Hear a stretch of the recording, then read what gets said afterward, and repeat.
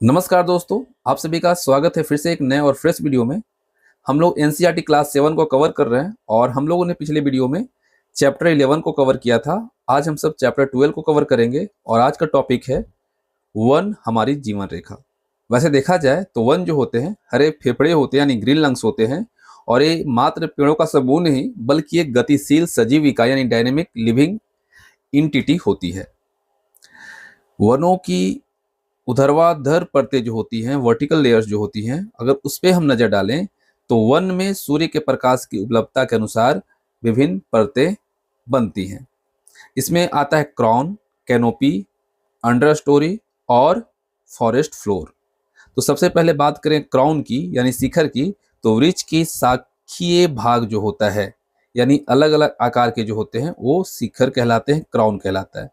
वितान यानी कैनोपी, तो ऊंचे पेड़ों की शाखाएं जो छत की तरह दिखती हैं उसे कैनोपी कहा जाता है। वही अंडर स्टोरी किसको कहते हैं तो अधोवितान, इसको हिंदी में अधोवितान कहते हैं। तो कैनोपी के नीचे झाड़ियां और छोटे पेड़ों की परत जो होती है इसे अंडर स्टोरी कहा जाता है। वहीं फॉरेस्ट फ्लोर यानी कि वन तल जो है वो मृत पत्तियां, ह्यूमस और कवक यानी फंगी से ढका हुआ क्षेत्र जो होता है वह फॉरेस्ट फ्लोर कहलाता है। वनों का स्तरीकरण यानी स्ट्रेटिफिकेशन जो है संसाधनों के बेहतर उपयोग जैसे धूप और खनिज में मदद करता है और उष्णकटिबंधीय वनों में यह सर्वाधिक स्पष्ट होता है। तो इंपॉर्टेंट है, इसे आप नोट करेंगे। खाद्य श्रृंखला यानी फूड चेन की बात करें तो वन में क्या होते हैं या हमारे जो जीवमंडल है उसमें सभी एक दूसरे पर निर्भर करते हैं। घास, घास को कौन खाता है कीट, कीट को कौन खाता है मेढक, मेढक को कौन खाता है सर्प और सर्प को कौन खाता है गरुड़। तो एक खाद्य श्रृंखला है, फूड चेन है, ठीक है। अब देखिए, अब बात आती है डीकम्पोजर्स का यानी अपघटक और ह्यूमस। तो वन में जो कुछ भी है वो व्यर्थ नहीं जाता है। मृत पौधा है, जंतु के ऊतक हैं, इसको सूक्ष्म जीव यानी माइक्रो ऑर्गेनिज्म गहरे रंग के पदार्थ ह्यूमस में बदल देते हैं। अगर कुछ पौधे जो हैं वो मृत हो जाते हैं, जंतु के ऊतक हैं, तो ये क्या होते हैं, इन सभी को सूक्ष्म जीव गहरे रंग के पदार्थ यानी कौन से गहरे रंग के जो पदार्थ उसको ह्यूमस कहते हैं उसमें बदल देते हैं। अपघटक यानी डिकम्पोजर की अगर हम बात करें तो कवक और मशरूम जैसे सूक्ष्म जीव हैं, ये अपघटक के तौर पर जाने जाते हैं और ये पोषक तत्वों का साइकिलिंग यानी चक्रण सुनिश्चित करते हैं ताकि मिट्टी जो है, सॉइल जो है वो उपजाऊ बनी रहे। वन और जल चक्र, वाटर साइकिल क्या है, तो देखिए वन वर्षा जल के लिए, वन जो है वर्षा जल के लिए प्राकृतिक अवशोषक का कार्य करता है। जड़ें जो है पानी को मिट्टी के अंदर रिसने यानी इनफिल्ट्रेशन में मदद करती है। वहीं भौम जल जो है, ग्राउंड वाटर जो है, इसके स्तर को बनाए रखता है। साथ ही साथ वन जो है, आपका जंगल जो है, ये बाढ़ को रोकते हैं क्योंकि पेड़ पानी के सीधे बहाव की गति को क्या कर देता है, कम कर देता है। देखिए, भारत के कुल भौगोलिक क्षेत्र का 21.71% भाग जो है ये फॉरेस्ट कवर है।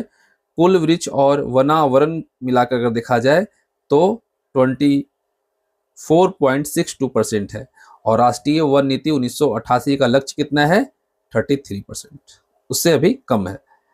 अब हम बात करते हैं एयर प्यूरिफिकेशन की, वायु शोधन की। तो पादप प्रकाश संश्लेषण जो करते हैं, फोटोसिंथेसिस जो करता है, इसके दौरान CO2 लेता है और O2 छोड़ता है। इस प्रकार अगर देखा जाए तो ऑक्सीजन और कार्बन डाइऑक्साइड का संतुलन जो बनाए रखने में कौन काम करता है, पेड़ पौधे करते हैं, पादप करते हैं।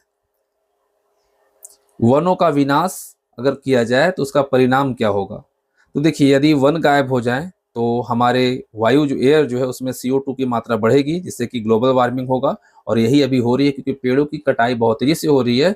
ये हमारा ग्लोबल वार्मिंग के लिए बहुत ही नुकसानदायक है। ग्लोबल वार्मिंग इससे होगी, ये हमारे वातावरण के लिए सही नहीं है, हमारे इन्वायरमेंट के लिए सही नहीं है।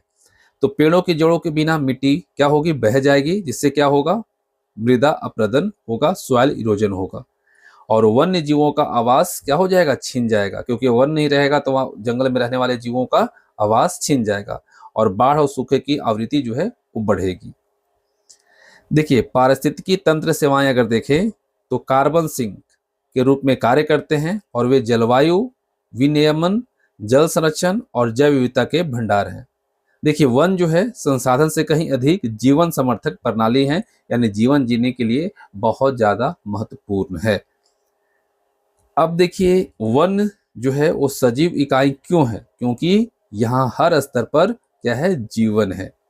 पौधे शाकाहारी, मांसाहारी अपघटक, मिट्टी, पौधे, यह अनंत चक्र है। इसको आप मेंशन करेंगे क्योंकि ये इंपॉर्टेंट है। पौधे जो है शाकाहारी, मांसाहारी क्या, अपघटक, मिट्टी, पौधे, ये क्या है, एक चक्र है। और वहीं वन की अगर देखें तो वन जो है किडनी ऑफ नेचर है, प्रकृति का गुर्दा है, और ये हरे फेफड़े भी हैं। ठीक है, गुर्दा और फेफड़े के तौर पे, यानी कि kidney of nature and green lungs दोनों के तौर पे वन कार्य करता है। ह्यूमस जो है मिट्टी की नमी बनाए रखता है और बीजों के अंकुरन में क्या करता है, हेल्प करता है। और वन शोर प्रदूषण यानी कि साउंड नॉइज को भी क्या करता है, मतलब आपका साउंड पॉल्यूशन जो है उसे भी कम करता है।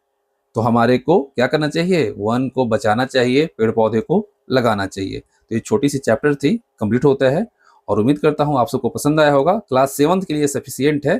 तो अब हम सब इसके आगे के चैप्टर को कवर करेंगे नेक्स्ट वीडियो में। तब तक के लिए धन्यवाद।